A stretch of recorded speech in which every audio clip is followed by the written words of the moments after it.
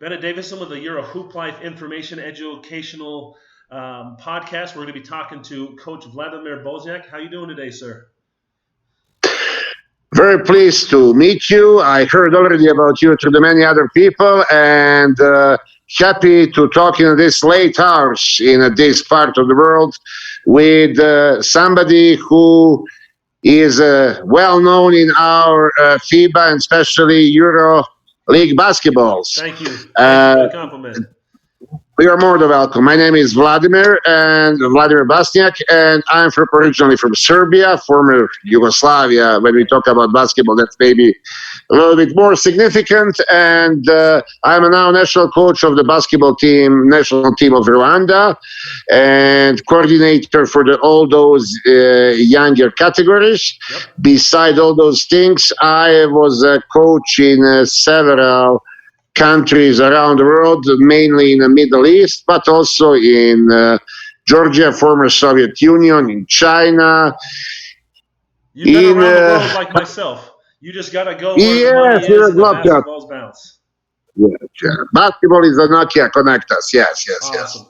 Well, you have a wealth of knowledge. I wanted to kind of just dig into specifically about your experience in Iran, being the national team coach, and also going maybe to different countries and really going over what FIBA, Federation of International Basketball Association, and how to nationalize an individual player. So you had an experience in the country. Would you please go into that? Okay, when I was a coach in Iran, before that in Libya, later on in Syria, we didn't have any foreigner, even any guy whose parents were born in that local country, and after that they moved, let's say, from to United States or to Brazil, and such. So they came back and played for their homeland, but or their parents' homeland. But definitely, FIBA every year tried to improve basketball, especially in those countries.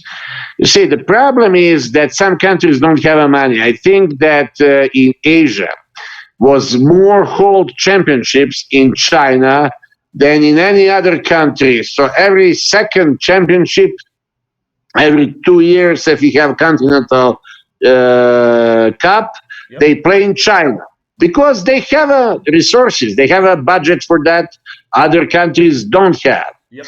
So what they try to do, they try to give to those countries, such as Qatar in Arab Peninsula, or such are other countries. They try to give them chance to get a good player.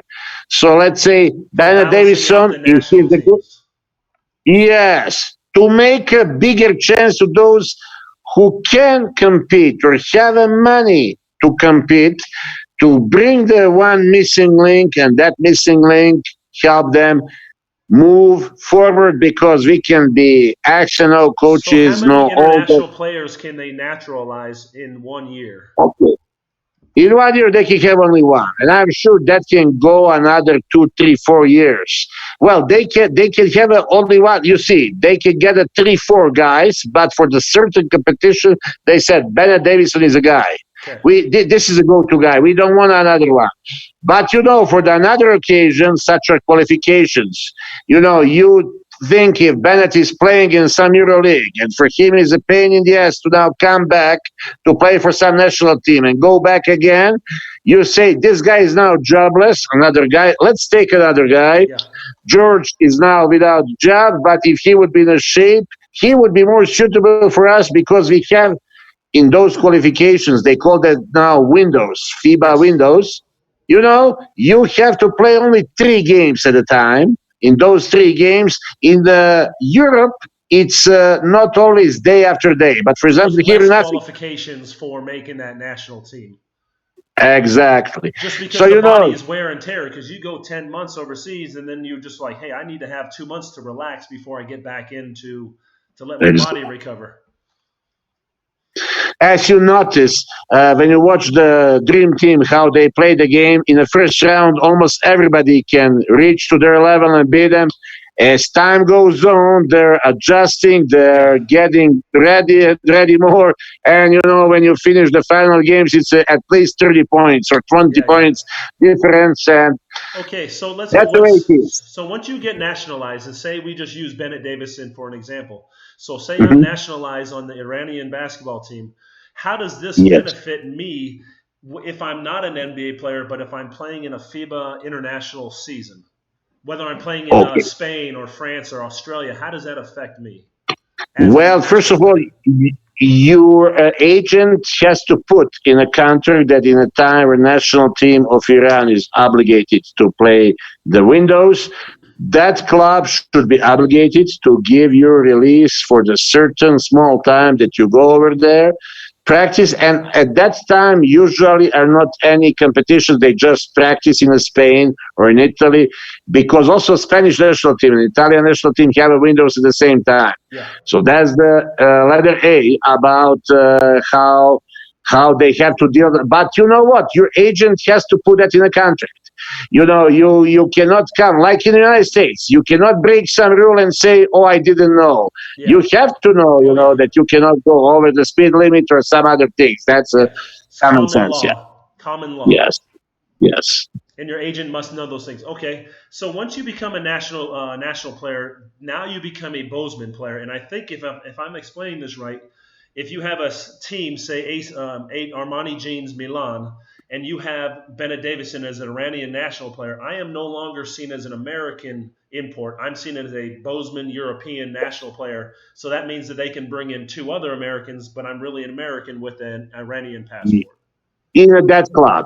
Well, it depends where. If you play for Iran, for Syria, for Lebanon, forget Europe. You are now guy from another continent. So you are not guy from the European League. Okay. Now, you see, they have some cotton rule in Denmark. You mentioned Mike Henderson from Denmark. Yes. And in Spain, you have that cotton rule, which means those guys from the West Africa, they specifically allow them to play like another Bosman.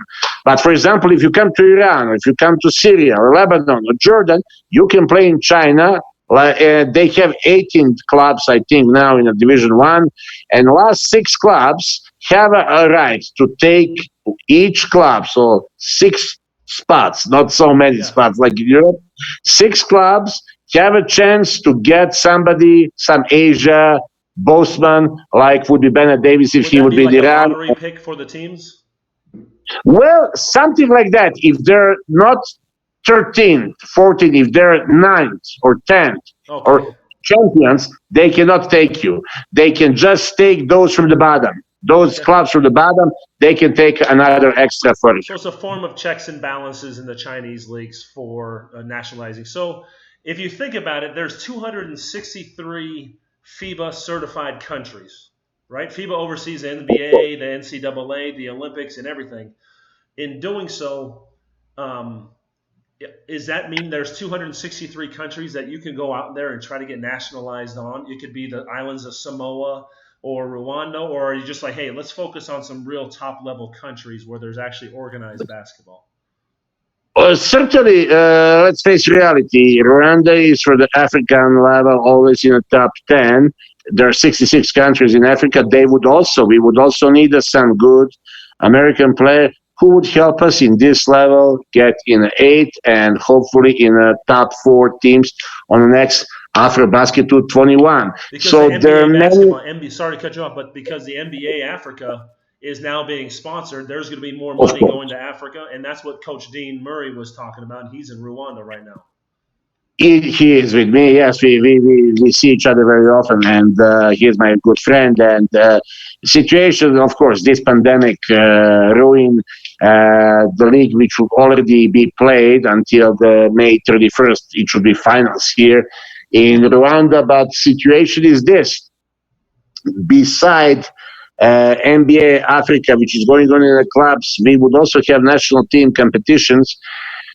All November and February, this and next year, it would be windows, which teams would try to get qualified for the AfroBasket to 2021. Are all those windows at the exact same time in the year? You said October and November? Are they always the same time? They should be always at the end of the November and February. That's what they do. End of November would be one window, and end of the February should be another window. We should have this window in February, last February, but this Corona happened, and everything was stopped. Yeah, it cut off everything. So now we have this situation that